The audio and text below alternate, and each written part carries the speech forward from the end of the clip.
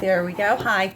So we're going to talk about how MTHFR affects health, how it can affect health long term, what we can do to combat the effects of it, and why it's important to have yourself and your children tested, preferably through a small lab that will not sell your information to the Chi-Coms. Sorry, I know that's offensive to some people, but it is what it is.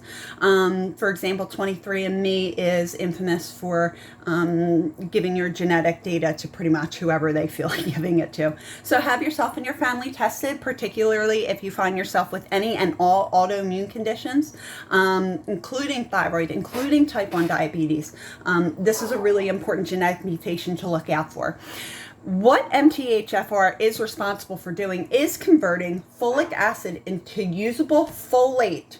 This is an important part of the metabolic system of your entire body. It can affect the chemistry, the functioning of all of your cellular function. And some doctors say that this is an overblown concern that patients have. Folks with MTHFR cannot use folic acid and break it down into usable folate. What this amounts to over a lifetime is a buildup of the folic acid, which begins to, well, there are several things that could happen. It could potentially be stored and become a source of toxicity within your body. So that's one concern that everybody would have. Another thing is that you need folate in order to maintain a healthy body and a healthy functioning. So,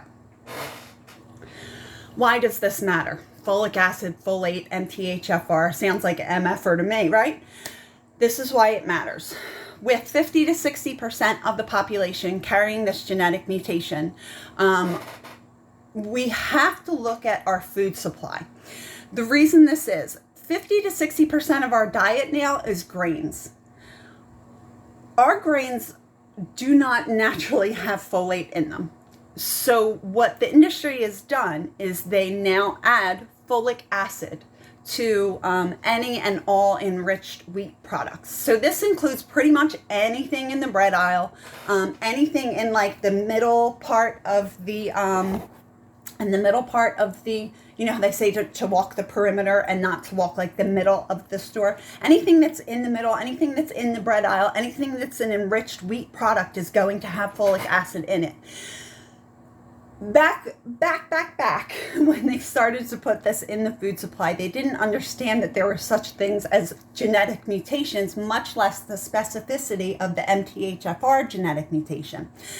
So back when they did it, it made a lot of sense, okay? They were trying to prevent birth defects, and they were just trying to prevent general unwellness throughout the population, which totally makes sense, right? The issue now is that with half of us carrying this genetic mutation, if all we're getting in our diet is folic acid, and then we're taking a typical over-the-counter vitamin or supplement that it also has folic acid, and we're never really consuming foods that are rich in folate anymore, especially foods like, I'm trying to think what's like naturally rich in folate, I don't know. Any kind of dark leafy greens, so think like your kale, think your spinach. We just don't consume much of that right now in the standard American diet. So we have a deficit of it naturally occurring in both our food supply and just in our diet on the whole. The government tried to do their best. It's usually what they tried to do their best. They always just miss the mark slightly, which is why I'm for like a smaller government, not a bigger government, but we won't have to go there right now. They tried to fix it by adding folic acid, but unfortunately what they've done is they have caused a toxic buildup for those of us that carry this genetic mutation, in addition to not really solving the overall deficit that we have of folic acid, of folate. So what do I recommend? Well, there are a lot of great B12 supplements. I can certainly recommend them specifically if you wanted to reach out to me. I'm a little too available. I'm a doula, so my phone is on 24/7, and I reply to text messages and DMs as often as I can. What I really encourage folks to do at this point is to make sure that they are tested for MTHFR, that if they find out they carry either genetic mutation, that it is important to find a good B12, a methylated B12 supplement. So there are things such as there's folate, There's methyl, blah, blah, blah, blah. There's several different variations of B12 that your body can assimilate. What this will do is it will help with your energy. It can help with symptoms like anxiety and depression, and it should eventually, long-term, help with things like insomnia and energy level. It's really important to have this checked, but to be very wary and very, very careful about who you're willing to send your DNA to. I myself had myself and my children tested through a private lab through my health insurance. I did not just send it out to a company. It was done privately, and it was actually covered by the insurance. So look into that. Reach out if you have any questions.